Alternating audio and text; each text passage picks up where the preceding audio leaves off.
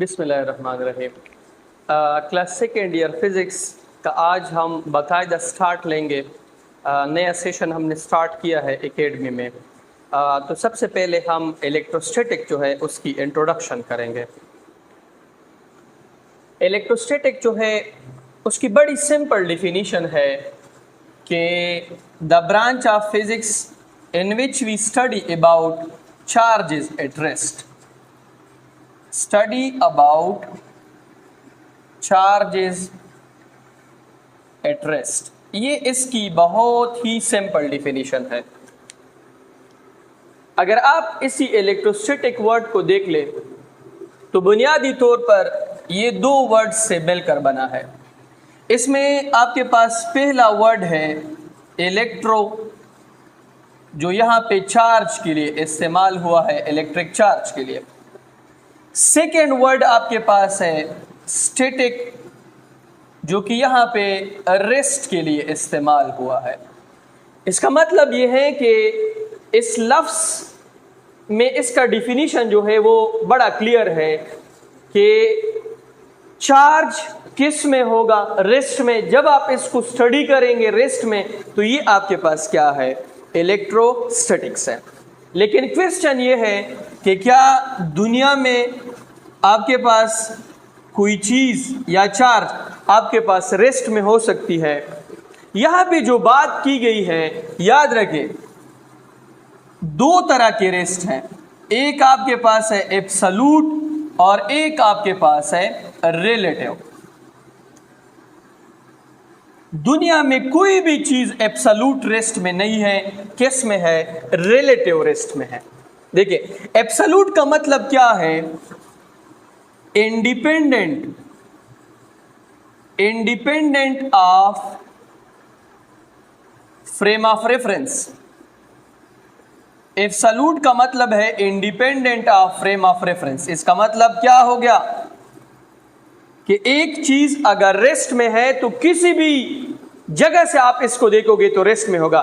लेकिन ये कॉन्सेप्ट आपके पास गलत है। दुनिया में कोई भी चीज एब्सोल्यूट रेस्ट में नहीं है। Nothing is in absolute rest. कोई भी चीज एब्सोल्यूट रेस्ट में नहीं है।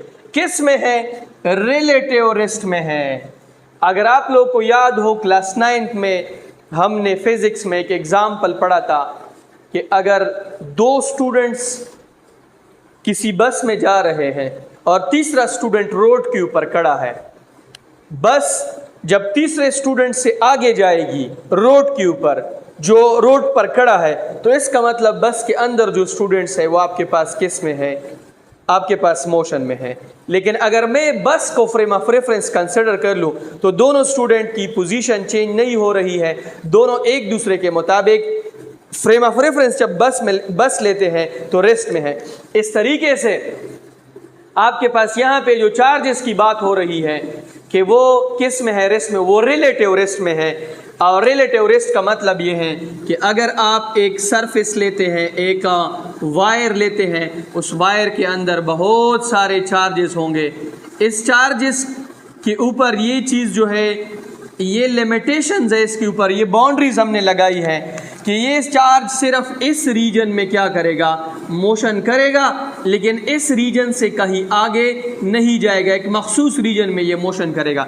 तो फिर ऐसा चार्ज जो एक मखसूस रीजन के अलावा कहीं पर नहीं जा सकता है, वहाँ पे सिर्फ मूवमेंट कर सकता है, तो इसकी स्टडी को हम बेसिकली क्या कहते हैं, इलेक्ट्रोस्टैटिक कहते हैं। चार्जेस के बारे में, ये जो चार्ज का लफ्ज़ है, ये सबसे पहले एक साइंटिस्ट गिलबर्ट ने इंट्रोड्यूस किया था। गिलबर्ट ने क्या कहा था कि कोई भी बॉडी जो दूसरी बॉडी को अट्रैक्ट कर सकती है वो आपके पास कौन सी बॉडी होगी, चार्ज बॉडी। और ये इसने साबित किया था कि अगर आप एक सॉफ्ट, आप एक कपड़ा ले ले, क्लॉथ ले ले रेशम का, आप उनके साथ इस रॉड को रगड़ेंगे तो ये इसको क्या करेगा, अट्रैक्ट होगा। इसका मतलब ये है कि ये बॉडी कौन सी बॉडी होगी, चार्ज बॉडी। फिर इसके बाद गिलबर्ट के बाद आपके पास कौन आ गए, फ्रैंकलिन आ गए। फ्रैंकलिन ने क्या कहा कि चार्ज बुनियादी तौर बंदे दो तरह के हैं, एक आपके पास पॉजिटिव है, ये नाम इसने दिए थे, और एक आपके पास क्या है, नेगेटिव है। तो हमारे पास दो तरह के चार्जेस है, ठीक है।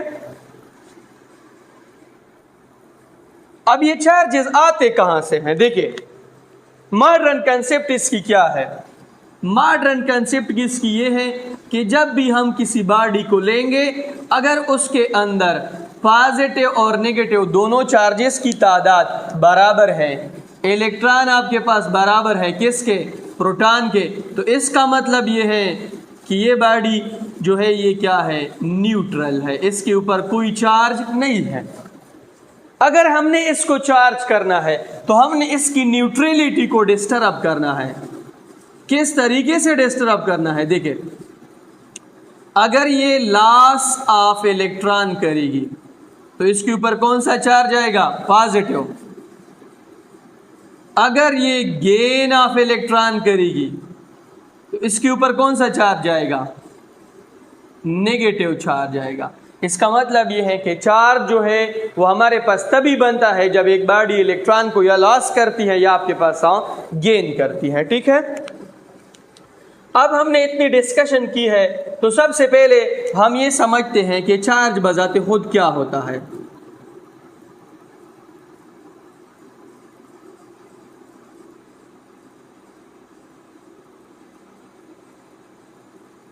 व्हाट इज चार्ज, याद रखिए चार्ज आपके पास क्या है, ये आपके पास इंट्रिंसिक प्रॉपर्टी है। Intrinsic property of a matter due to which it have the ability of attraction and repulsion। Charge आपके पास एक प्रॉपर्टी है, किसकी, मैटर की, जिसकी वजह से अट्रैक्शन भी कर सकता है, रिपल्शन, या intrinsic property of a matter due to which it can produce electric field. ये कौन सी फील्ड प्रोड्यूस कर सकता है, इलेक्ट्रिक फील्ड, या ये आपके पास मैग्नेटिक प्रॉपर्टीज भी शो कर सकता है, मैग्नेटिक फील्ड की प्रॉपर्टीज भी शो कर सकता है। तो ये बॉडी आपके पास कौन सी बॉडी होगी, चार्ज बॉडी होगी, जो इस तरह की बिहेवियर को क्या करेगी, शो करेगी। अच्छा, अब यहां पे वर्ड आया है इंट्रिंसिक।